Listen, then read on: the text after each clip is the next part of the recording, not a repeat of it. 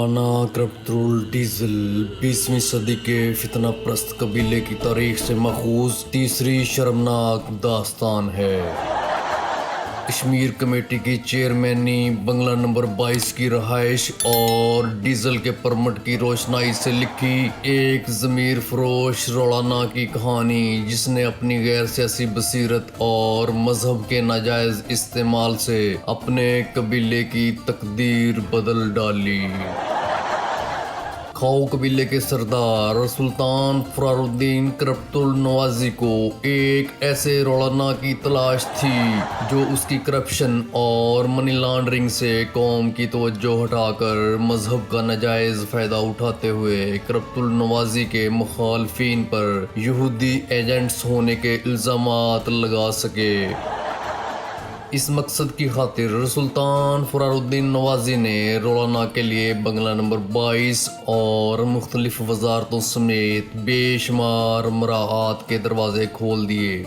इससे कुछ अरसा कबल खाओ जिंदा है कबीले की एक मारूफ शहजादी टे नज़ीर ने रोलाना क्रप्तुल डीजल को डीजल के परमिट जैसी मराआत से भी नवाजा था।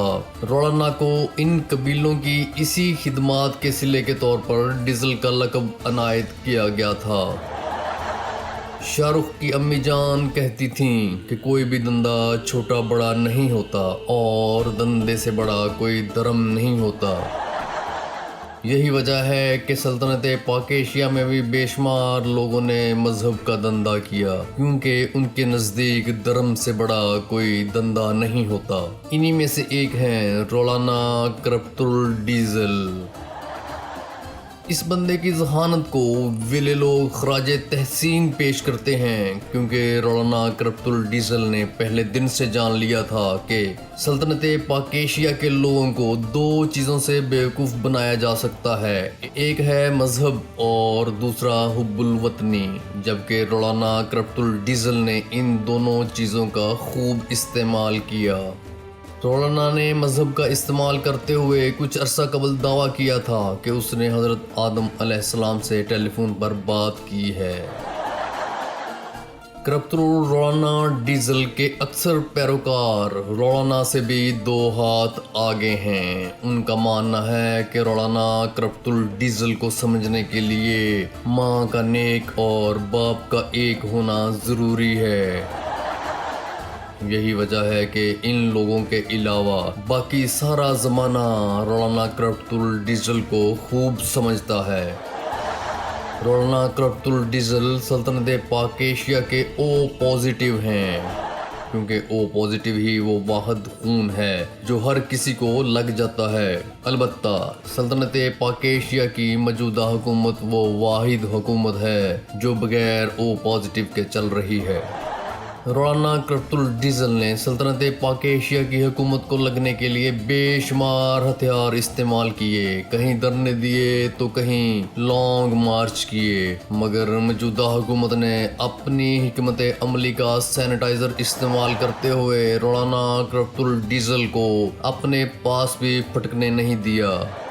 रोलाना क्रप्तुल डीजल इसलिए सल्तनत पाक एशिया की हुकूमत के ख़िलाफ़ नहीं है कि इस हुकूमत की वजह से सल्तनत की माइशत कमज़ोर हो रही है, बल्कि वो तो इसलिए हुकूमत के ख़िलाफ़ हैं कि उनकी वजह से रोलाना क्रप्तुल डीजल की अपनी माइशत कमज़ोर हो रही है। रोलाना क्रप्तुल डीजल का दावा है कि वो आज तक किसी डिक्टेटर के हाथों इस्तेमाल नहीं हुए। उनकी ये बात 100% दुरुस्त भी है, क्योंकि वो कभी किसी डिक्टेटर के हाथों इस्तेमाल नहीं हुए।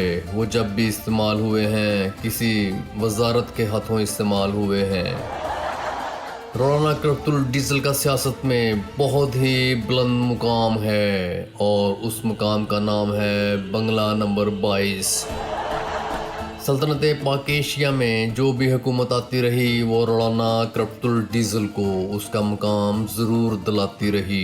क्योंकि सल्तनत पाक एशिया की मौजूदा हुकूमत ने रौलाना करप्तुल डीजल से उसका मुकाम छीना है। इसलिए रौलाना दरनों जलसों के जरिए एक ही पैगाम बार बार दोहराते रहे हैं कि जल्द से जल्द नए इंतखाबात होने चाहिए और तब तक होते रहने चाहिए जब तक रौलाना करप्तुल डीजल जीत कर दोबारा से बंगला नंबर 22 का खोया हुआ मुकाम वापस हासिल नहीं कर लेते। रौलाना करप्तुल डीजल अपने पिछले धरने में ये कहते हुए भी पाए गए कि अगर उनके धरने का फायदा किसी और ने उठाने की कोशिश की तो धरने का रुख उस तरफ मोड़ दिया जाएगा। ये बात भी दुरुस्त थी क्योंकि रौलाना करप्तुल डीजल ने सल्तनत पाक एशिया के साबिक डिक्टेटर मुशर्रफ के मार्शल्ला का भी जनानावार मुकाबला किया था।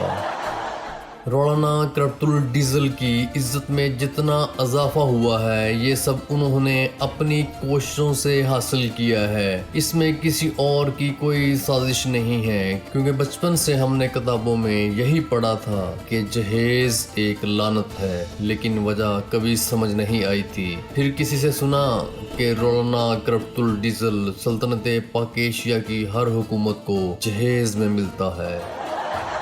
कुछ लोग करप्तुल रौलाना की इल्मियत को शक की निगाह से देखते हैं। आज वेले लोग उन पर वाज़िया कर देना चाहते हैं कि रौलाना करप्तुल डीजल ने बहुत सी इल्मी तहकीकात कर रखी हैं जिनका सिर्फ उन्हीं को इल्म है। उन्होंने सैकड़ों की तादाद में किताबें भी सोच रखी हैं। अपने वेले टाइम से किसी दिन वक्त निकाल कर वो ये किताबें ज़रूर लिखेंगे। ये ड्रामा सीरियल तारीखी किरदारों और उनके शर्मनाक वाक़यात से माखूज है। इस ड्रामा सीरियल की अगली इकसात देखने के लिए फ़ौरन वेले लोग यूट्यूब चैनल को सब्सक्राइब करें।